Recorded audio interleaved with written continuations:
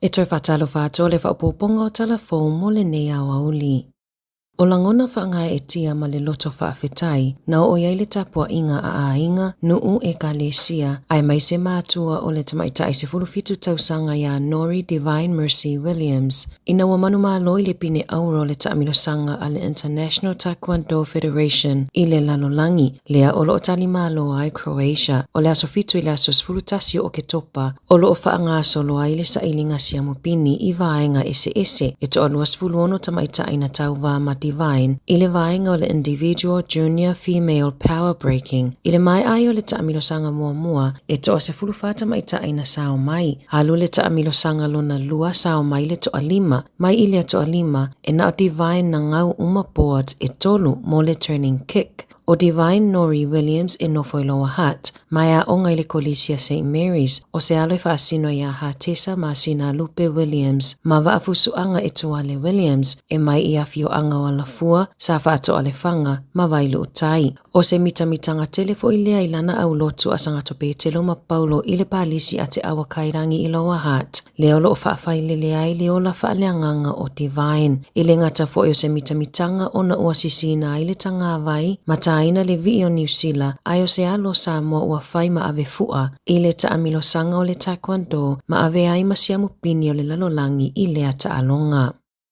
Ele i o ina i le tau lea luas furuiva tau sanga le matua o na molianga o le tali pe fale, na faleanga ina i le whamalama o le fale o Winston Peters i se solo te e le vai aso nei, ele o mawhai o na whailoa ina lo na ingoa i le taimi nei, ai o le atoi lau li liu lea whai unga i a Februari, pe atoi tula i iluma le whaamasinonga.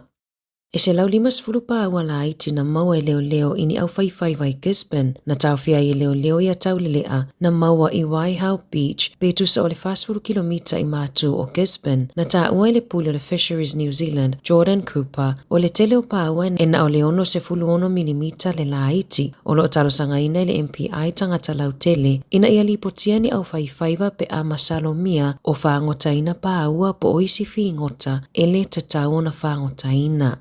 O lo ofesosoani Sir John Kerwin, i le whaalawi loina o ta'iala whaale soifua maloloina mua, mo tangata matutua i whaonga ai le AI, leo lo o langolango malosi i ai le Health New Zealand. Whailoi le minister le soifua maloloina o le mawhauwhau Matt Ducey, e whaapea o le afesosoani tele Ask Groove, i tangata e ai whaafitau li o le popole, le mawhai o na moe, whaapea whaafitau li i le vau nunga lii, o le mea whaingaruenga ua whaingoaina o le Ask Groove e whaonga ai le AI, sa whaavaina e John Kerwin ma Adam Clark. E mawhai ai e tangata o na fesili i ai, iso se fesili whaale soifua maloloina, ma whaasoa e tali mai fo ile Ask Groove, i whaafitau li e whaonga ai suenga whaasai nisi, pe o na saunoa Kerwin.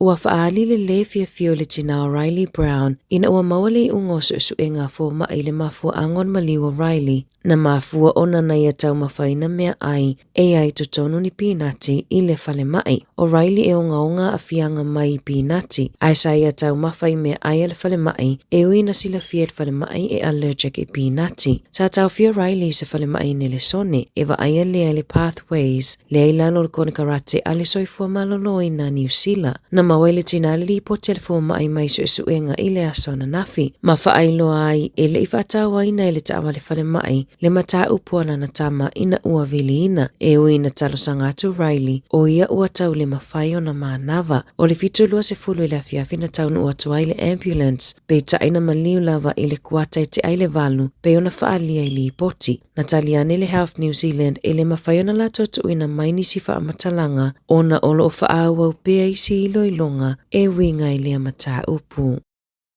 E na o le toa tasi mai le toa lima tangata ua whaatino i nā lato pālota i Aukilani, mo pālota whaaloto i whale, lea e tapuni a tae ao. I whaamaunga le pulenga ua Aukilani, o lo lipoti aile na o le lua se lau no tasi a whi lima se lau. O pālota ua whaafoi atu taluna a mata te tala le piriota mo pālota, se ia o mai ana nafi. Tutusa lea male na o le lua se fulutasi tesi maleiva pasene, o le numero o tangata va ai pālota i au kilani, ua tapunia le lafonga o pe papālota i le meli, se e vangana pusa apulenga nuu i supermarketi, fale tusi maisi no fuanga, le ema faiona tu uiai pe papālota, e whaangata tae ao i lawa uli. E na ole whase lauma le 5 afe se lau whaiva, tangata na pālota i le lua afe lua, tusa lea ma le na ole 3.5 tesi ma le 5% o tangata va ai pālota. O le awauli o le aso e te taunau o atuai, ua ave ese uma whaailoilo po o lau papa, ma whaalauiloa a sui tau vaa.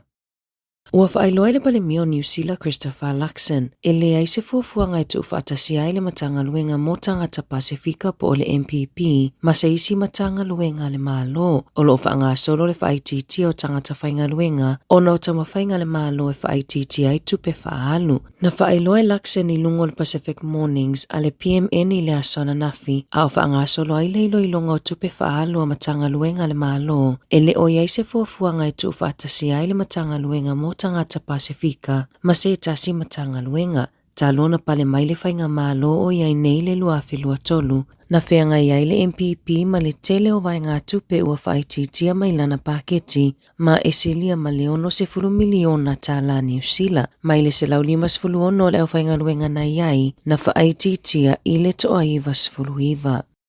Na whaia se whātou e senga whalawa i telea mātu o Tom Phillips, o no whawhitauli na tutupu e mafua mai le lātama i le lata i le whātau sanga, na whiua Yesu e malana whanau la i tia to tolu, na maliu Phillips o no se tau ngā whana ma leo, ina ua mawanili poti o se ngā oinga i le wawea o le asovalo se tema, na la vea i ma se leo, ai o le wato i te aitua ma le whale mai Waikato. I se tusi le whaatonu i lungo le King Country News i le aso tofi, na whaali ai e Neville ma Julia Phillips, la te le ilangolango ina ngai oinga la la tama, ma wha o atuaila la whaato e senga i tangata uma o i tūmano o Waitomu, ma o Torohanga, ai mai se lava i Marakopa le te anga community, o no whaafitau li na tutupu e mafua mai a Tom.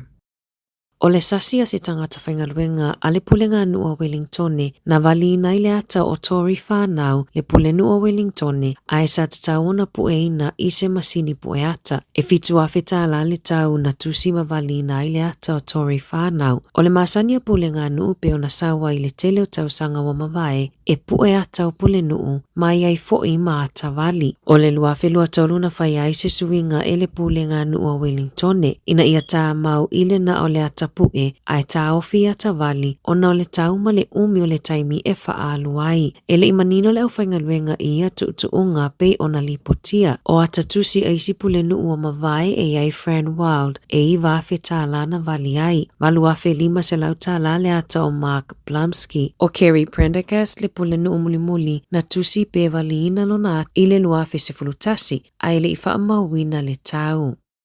Ua fuafua le kapeneta i teu le tula fono leo e toi whaamao ni ai le mawhai e leo o na au whaamatalanga po o atau tangata mai no fuanga whaitele ma toi tu ina atu le malo si anga i leo e tapu ni ai mo se taimi le tu mau no fuanga po o whale e whai ai a mionga le tala wheangai ma whaamua mua le saunga le mo tangata lau tele na sauno le minister o leo Mark Mitchell. E le o mautonu leo pe mawhai o na latou pueina tau tangata ino fuanga lau tele. E tele suinga i ngā luenga leo talu mai le luafe lua se fulu. Sa latou toi sa ili ai le whaitau wafe o atau tangata na o latou pueina e tape ma ave e sea mamasini ai mai se atau tupulanga talavou Maori.